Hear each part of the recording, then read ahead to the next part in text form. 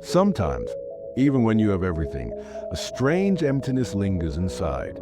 You laugh, you wake, you meet people, yet there's something within that feels incomplete. The moment you wake up, your mind begins to race, achieve more, do better, go further. But at night, when you fall exhausted on the bed, do you ever ask yourself, why, after all this running, does a hollowness still remain inside? You think of work while eating, think of vacations while working, and on vacation, think about how much work has piled up. You're never actually where you are. Your body sits in one place, but your mind wanders through thousands. You sit among loved ones, but only your body is there. Your soul lies buried under the burden of unfinished tasks. This is an invisible prison you built with great effort. The prison of success, of expectations, of pretending to the world that everything is fine. And you alone are the beautiful prison soul inmate. Today's story is about breaking that prison. It's the story of an emperor who had everything, wealth, fame, power, but lacked one thing a simple gardener possessed, peace of mind. This is a story of the great philosopher Lao Tzu, who taught the emperor how every action can become a meditation. Long ago, a mighty emperor ruled a vast empire. Gold and silver filled his treasury, and thousands bowed at his command. Yet every night, on his soft velvet bed, he felt an emptiness that no treasure could fill.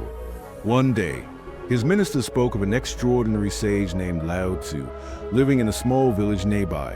A man said to embody the truth of life in every word. The emperor, fond of all things rare and great, felt his pride stirring. How could such a man live in my kingdom, and I haven't met him yet? If he is that great, he should be in my court, another jewel in my crown. The next day, the emperor set out with his grand entourage to meet Lao Tzu, not out of curiosity but pride. He imagined Lao Tzu living in a grand monastery, surrounded by disciples, radiating divine energy. But when he reached the sage home, there was no grand temple, no followers, just a small mud hut in a simple garden. Outside, an old man in tattered clothes was digging the soil with complete focus.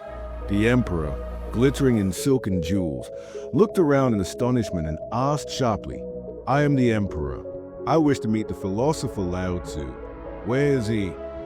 The man wiped his sweat calmly and said, "Please, your majesty, sit inside.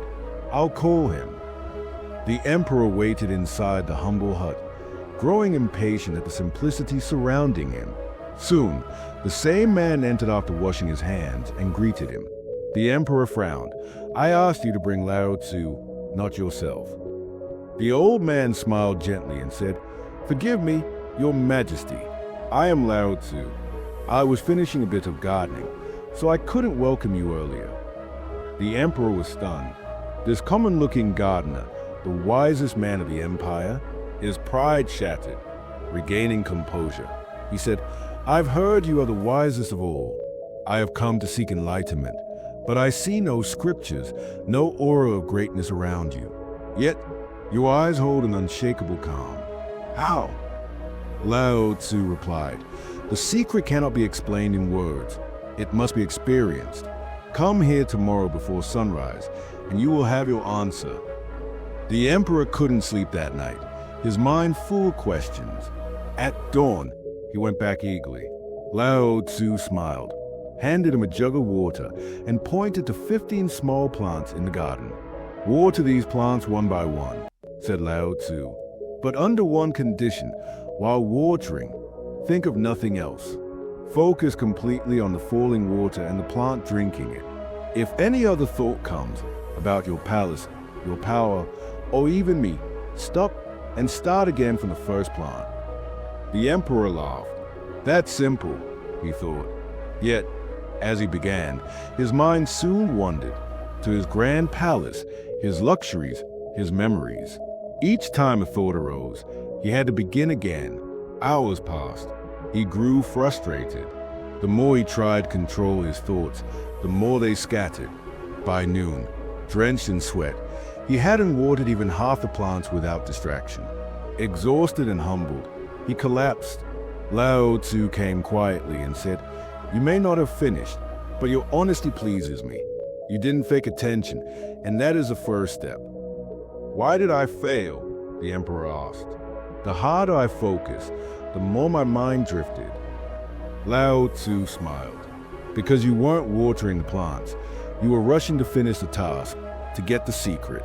Your mind was in the future, not the present. Whatever you do with the idea of finishing it quickly becomes a burden. When something feels like a burden, the mind always runs away from it. If you had realized that in that moment, nothing else existed beside the water and the plant, no thought could disturb you. In that silence, your true self, pure awareness, appears. That awareness turns the simplest act into meditation. The emperor asked, but in real life, thoughts constantly interrupt us. Must I renounce everything to achieve peace? Lao Tzu replied, no, the peaceful mind is already within you, like the blue sky hidden behind clouds. You only need to learn how to let the clouds pass. Then Lao Tzu taught the secret. Start by watching your breath. Breathe naturally, without control, as a witness. Keep part of your awareness always with breath. While walking, talking, or working, the breath becomes an anchor. Whenever your restless mind drifts, it brings you back to present. Gradually, your scattered attention gathers into oneness, and the act, the door, and the doing all merge into a single stillness. This is what Lao Tzu taught centuries ago. The same truth modern masters like Eckhart Tolle and Sadhguru teach today, that the root of human suffering is rejection of the present moment. Life exists only in the now. Even Lord Krishna said it in the Bhagavad Gita, act without attachment to results. The emperor failed because he acted as a doer. When you let go of that sense of, I am doing, every action becomes worship. Whether it's cleaning a floor or chopping vegetables. When done with full awareness, every act becomes meditation. You don't need mountains or temples to begin your spiritual journey. It begins the moment you pour water into a plant with total presence. We are all that emperor, chasing peace outside when it quietly waits inside. True calm isn't found by escaping life's noise, but by staying centered amidst it, anchored to your breath. So, next time you work, whether filling an Excel sheet or cooking, don't rush. Breathe deeply thrice before beginning, and keep returning to your breath whenever you drift. One day you'll realize that your work will become meditation, and tension will dissolve. This isn't a one-day practice. It's a lifelong journey. The emperor didn't change in one day, but he faces truth. Are you ready to face yours? If this story stirred something within you, it's no coincidence. You didn't find it through an algorithm. Your own inner search brought it to you. And if it awakened the sleeping emperor within, write in the comments, I am ready. Because when you put it in words, your subconscious begins to believe it. And finally, don't keep this light to yourself. Share it with a friend or loved one constantly trapped in anxiety or restlessness. You won't just share a video, you'll plant a seed of peace in their life. Thank you for watching. Next time, another story, another perspective to transform your life.